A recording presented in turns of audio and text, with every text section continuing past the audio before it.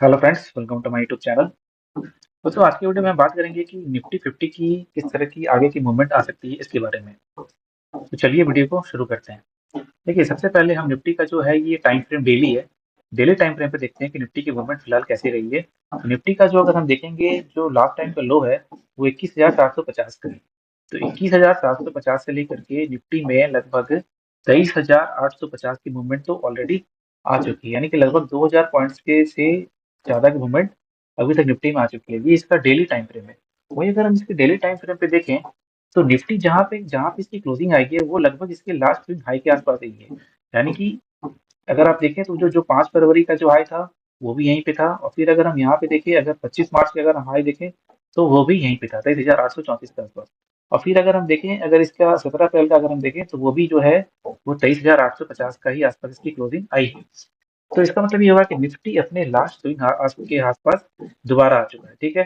तो वहीं अगर हम इसके डेली टाइम फ्रेम पे अगर हम इसकी इमीडिएट सपोर्ट की बात करें कि निफ्टी का नेक्स्ट इमीडिएट सपोर्ट कहाँ बन रहा है, तो वो करीब करीब इस लेवल के आसपास को बनता है। ठीक है। यानी कि आप मान के चलो कि 440 से 520 का जो है वो निफ्टी का इमीडिएट सपोर्ट है। ठीक है। तो ये तो बात होगी निफ्टी की डेली टाइम फ्रेम चार्ट की। अगर मैं इसको अगर अभी करूँ, मैं इसको 5 मिनट के टाइम फ्रेम पे ले आऊँ। ठीक है। देखिए, पाँच पाँच मिनट के टाइम फ्रेम पे अगर हम इसको देखें निफ्टी की, तो निफ्टी की मूवमेंट अगर आप समझते हैं, तो पहले तो यहाँ पे ये देखिए, तो थोड़ा पीछे चलते हैं पहले। ये 15 तारीख, ये 15 अप्रैल का ये चार्ट है। तो 14 अप्रैल के बाद जो इसकी 11 अप्रैल के बाद जो इसकी क्लोजिंग हुई थी वो हुई थी 22,850 पे। तो एक बहुत बड़ा गैप अप खुला था। बहुत बड़ा गैप अप जब कभी भी खुल जाए, अब ऐसा नहीं है कि ये चार्ट बन गया तो बनने के बाद दिख रहा है कि बड़े गैप अप के बाद किसी भी तरह का मूवमेंट नहीं आया। बट जनरली ऐसा होता है, जब भी अगर किसी भी इंडेक्स में बहुत बड़ा गैप अगर दिख जाए तो फिर फर्दर जो ट्रेड करने के लिए कोई ऑप्शन बचता नहीं। ठीक है। तो ये हम देख रहे हैं, अगर इसका हम 15 अप्रैल का देखें चार्ट, तो एक बार बड़ा गैप अप खुला और उसके बाद पूरे दिन मार्केट जो है वो साइडवेज रह गया। ठीक है। पूरे दिन मार्केट यहाँ से लेके, अगर आप देखें इस पोर्शन को, अगर मैं बनाऊं यहाँ से और यहाँ तक, इसके बीच में ही पूरे दिन जो है वो मार्केट टाइम पास करते रह गया। ठीक है। अगर हम बात करें तो अब बात कर लेते हैं 16 अप्रैल की। देखिए, एक सेकंड। 16 अप्रैल को मार्केट जहाँ पे इसकी क्लोजिंग हुई थी वहीं पे खुलता है, और फिर पूरे दिन ये फिर इसी रेंज में एक टाइम पास करता है। ठीक है। पूरे दिन टाइम पास करने के बाद एक तरह का ये यहाँ पे इस लेवल का ये जो है आपका 23,366 का, इस लेवल को ये इसको ब्रेक करता है, और इसकी जो क्लोजिंग आती है वो 23,440 पर आती है। तो अगर आप देखेंगे तो पिछले 2 दिन से मार्केट साइज में ट्रेड कर रहा था।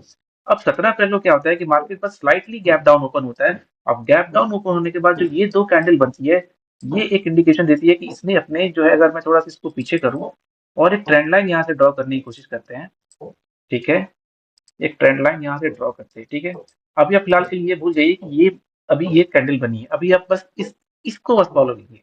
अगर इस ट्रेंड लाइन को अगर हम फॉलो करें यहाँ तक की, तो देखेंगे कि जो मार्केट अगर जो 17 तारीख को ओपन होती है, 17 तारीख को ओपन होने के बाद भी मार्केट इस ट्रेंड लाइन का सपोर्ट ले लेती है। ठीक है।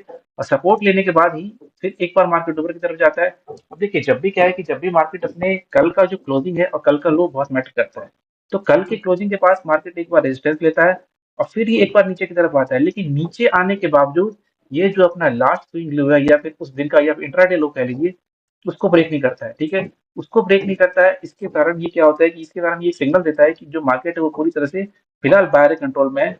और फिर ये जैसे ही मार्केट अपने लास्ट डे के हाई को निकालता है, फिर एक बहुत बड़ी रैली आ जाती है। ठीक है। तो इस तरह से जिन लोगों ने भी एक बहुत बड़ी रैली पकड़ी होगी उनको कॉन्ग्रेचुलेशन। चलिए अब देखते हैं कि निफ्टी का जो है वो अगला मूवमेंट कैसे आ सकता है। ठीक है।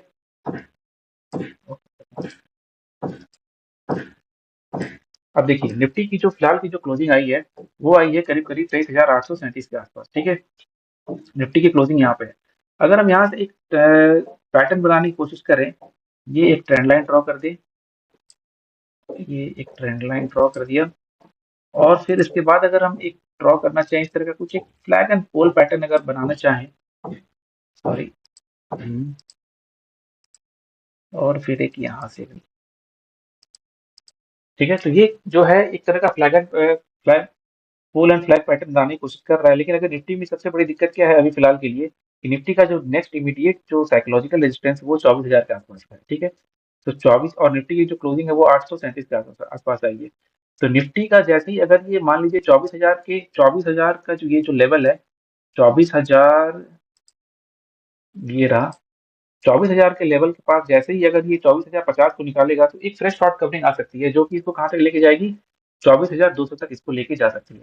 वहीं अगर हम इसकी इमीडिएट सपोर्ट की बात करें, इमीडिएट सपोर्ट की बात करें तो ये हमने जो ड्रॉ किया था डेली टाइम फ्रेम पे, इसका जो सपोर्ट है वो 23,440 से 23,540 के बीच है।